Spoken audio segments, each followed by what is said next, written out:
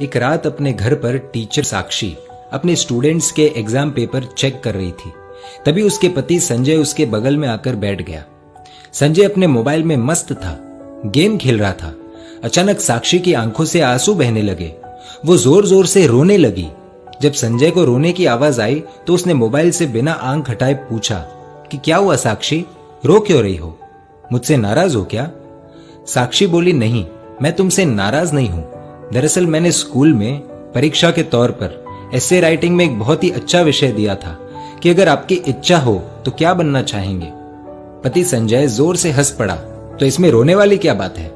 फालतू में मेरा गेम खराब कर दिया। साक्षी बोली, संजय 2 मिनट फोन छोड़ो और ये देखो एक बच्ची ने क्या लिखा है उस एसे राइटिंग में। तुम खुद पढ़कर रो पड़ोगे। संजय ने कहा, अरे मैं थका हुआ हूं, प्लीज तुम पढ़कर सुना दो। साक्षी ने आंसू पोंछकर पढ़ना शुरू किया। डियर टीचर, मेरा ये एसे राइटिंग मेरे पापा को ना दिखाना, वरना मुझे बहुत डांट पड़ेगी। मैं जब भी घर जाती हूँ तो मेरे मम्मी पापा मोबाइल में बिजी रहते हैं। मेरी तरफ देखने का भी बहुत कम टाइम मिलता है उन्हें। मोबाइल का इतना ध्यान रखते हैं वो, इतनी केयर करते हैं मोबाइल की। वो मुझसे ज्यादा तो उनके फोन से प्यार करते हैं। मेरे पापा और मम्मी शाम को थक जाते हैं, लेकिन उसके बाद मेरे साथ वक्त नहीं बिताते, अपने मोबाइल के साथ वक्त बिताते हैं। उनके पास उनके मोबाइल के लिए बहुत समय है, लेकिन मेरे लिए बिल्कुल भी समय नहीं है। मैं 3 बार बुलाती हूँ तो मेरी आवाज उन्हें सुनाई नहीं देती और मोबाइल की हल्की सी रिंगटोन भी बज जाए तो अपना काम छोड़कर मोबाइल देखते हैं। मेरी इच्छा होती है कि मेरे मम्मी पापा मुझे अपने हाथों से खाना खिलाए, लेकिन खाना खाते वक्त भी उनके एक हाथ में मोबाइल ही रहता है। मैंने तो सुना था सुबह उठकर एक माँ अपने बच्चों को उठाती है, देखभाल करती है, लेकिन मेरी मम्मी सुबह उठते ही मोबाइल देखती है, मुझे कभी नहीं उठाती।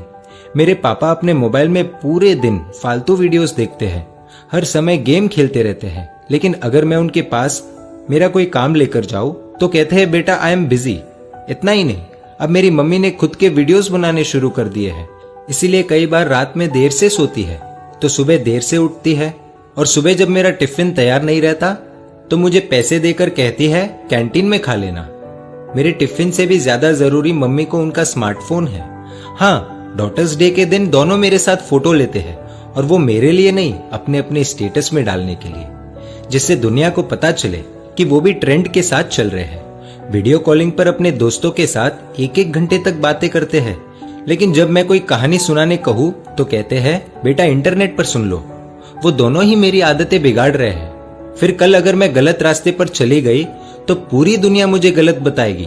इसलिए मेरा हमेशा से सपना रहा है कि मैं भी एक स्मार्टफोन बन जाऊं, पूरे दिन अपने पापा के हाथों में रहूंगी, रात को सोते समय भी उनके आंखों के सामने रहूंगी, सोने के बाद भी उनका हाथ मुझ पर ही रहेगा। खाना तो नहीं मिलेगा, लेकिन हाँ, टाइम टू टाइम रिचार्ज होता रहेगा, मेरा पूरा ध्यान रखा जाएगा, मुझे खरोच भी नहीं आने देंगे, जहां भी जाएंगे मुझे अपने साथ ले जाएंगे, हमेशा दोनों की आंखों के सामने रहूंगी। संजय थोड़ा भावुक हुआ, लेकिन फिर से अपने गेम में लग गया और साक्षी से बोला कि ठीक है, अच्छा लिखा है, इसमें रोने जैसा कुछ नहीं है। तुम्हें इतनी सी बात पर रोना क्यों आ गया Sakshi? Be strong, come on. तो साक्षी ने कुछ ऐसा कह दिया कि खुद संजय भी अपने आप को संभाल नहीं पाया। साक्षी बोली कि संजय, ये ऐसे जिसने लिखा है वो अपनी ही बेटी है। दोनों के आंसू रुकने का नाम नहीं ले रहे। भागते हुए अपनी बेटी की बेडरूम में गए, देखा कि वो अपने मम्मी पापा की तस्वीर से लिपटकर सो रही है। ये दृश्य देखकर दोनों को रोना आ गया। साक्षी और संजय दोनों ने अपनी बेटी को नींद से जगाया। उसको उठाकर दोनों ने क्षमा मांगी, कहा कि बेटी, तुमने हमारी आंखें खोल दी, हमें माफ कर दो। अब से स्मार्टफोन नहीं, तुम हमारी आंखों के सामने रहोगी। पूरे परिवार के लिए बहुत ही भावुक पल था। दोस्तों, इस कहानी से आपको क्या सीख मिली, कमेंट द्वारा बताएं। और अगर आपको लगता है कि ये कहानी शेयर करने जैसी है तो तुरंत अपने दोस्तों, परिवारजनों और रिश्तेदारों के साथ शेयर कीजिए। और ऐसी सुंदर कहानियों के लिए emotional video stories page like कर दीजिए और YouTube पर हमें सब्सक्राइब कर दीजिए।